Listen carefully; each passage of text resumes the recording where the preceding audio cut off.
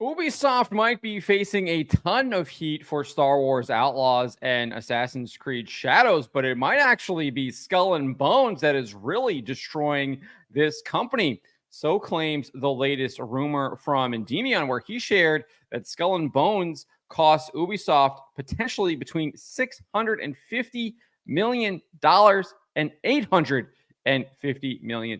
That is almost 3 to 4 times the amount the previous budget that we saw from Tom Henderson at Insider Gaming, where he claimed it was just $200 million. Before we get to this, I'd like to ask you, please hit that subscribe button, hit that bell for notifications so you don't miss any of our future videos here at the Trent Report.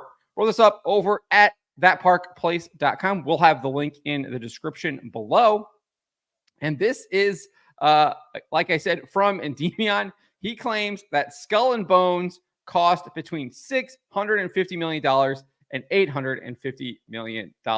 And this is the game that really has Ubisoft in dire straits right here. And this is what he said. I was also told that the project that ruined Ubisoft was not actually Outlaws or Shadows. It was actually Skull and Bones. My sources told me they have seen multiple different versions of the game that were each completely different over the years. They said that they were told that the budget that was spent on Skull and Bones, it ranged somewhere from 650 to 850 million over 10 years. And that Skull and Bones failed so badly for Ubisoft, it was the actual reason why they're dying the way that they are.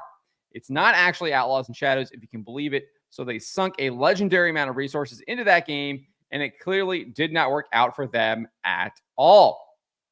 So that is what Endymion had to say about Skull and Bones. Let's provide a little bit of context here. Ubisoft CEO Yves Guillemot infamously described Skull and Bones as a quadruple A game and attempted to justify the game's price tag of $70 during the company's Q3 sales call for fiscal year 2024. That was just back in February, about a week before the game's release. He said this, or he was asked this by an investor: could you maybe unpack for us the decision to price it at $70? You certainly emphasized that it's designed for a lot of live services. What drove the decision to make the game pay to play when that could presumably limit the size of the player base and thereby PRI in the game? And Guillemot responded, you will see that Skull and Bones is a fully fledged game. You can see it on the market today. It's a very big game, and we feel that people will really see how vast and complete that game is. It's a really full AAA, quadruple A game that will deliver in the long run. Very similar to what we've heard him say about Star Wars Outlaws just a few months later. We know how that turned out. Around 1 million in sales in just a month. An absolute disaster when analysts were speculating that that game should have sold at least 5 million on the conservative end. So just only 20% of what analysts were expecting. Absolute disaster. And then we know that there weren't a lot of people playing this game. Tom Henderson, Insider Gamer, reported this. The game currently has around 850,000 players total at the time of writing, which includes those who have opted to play the game with the 8-hour free trial provided by Ubisoft. So it doesn't really tell us how many of those 850,000 people were playing that 8-hour free trial, but I would assume it was a significant portion of those people, because this game does not look like it has recouped its costs whatsoever.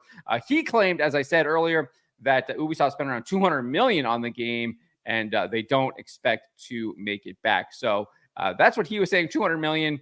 I think Endymion is probably likely closer to that, with that 650 to 850, given the fact that we just saw that rumor from Colin Moriarty regarding Concord at $400 million price tag. And remember, they said that they'd been working on that game for 8 years. We actually had former Dragon Age director Mark Dara. He actually crunched some numbers and shared how he thinks that they definitely could have blown $400 million on Concord. He did it just by looking at basically staff costs in one example. And he said, yeah, it definitely is possible. And he was just using a $15,000 a month number on staff costs. And he thinks that's actually low, given the fact that Firewalk Studios is located in Bellevue, Washington, which is, from what I understand, an expensive place for staff.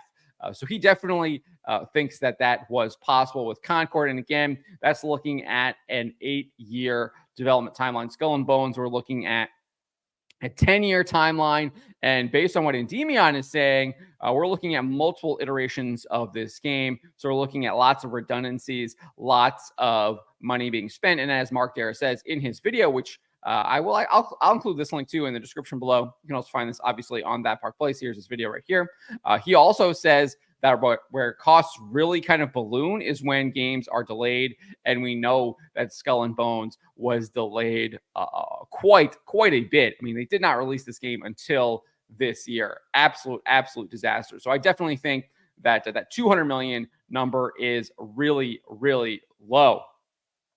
And then as far as the player base, he said 850,000 right when it came out.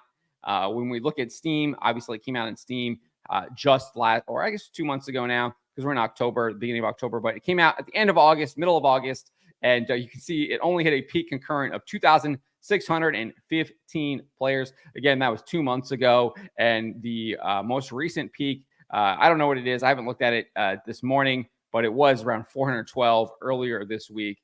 That's a decline of 85%. 85% decline since the game released at the end of August in just about a month.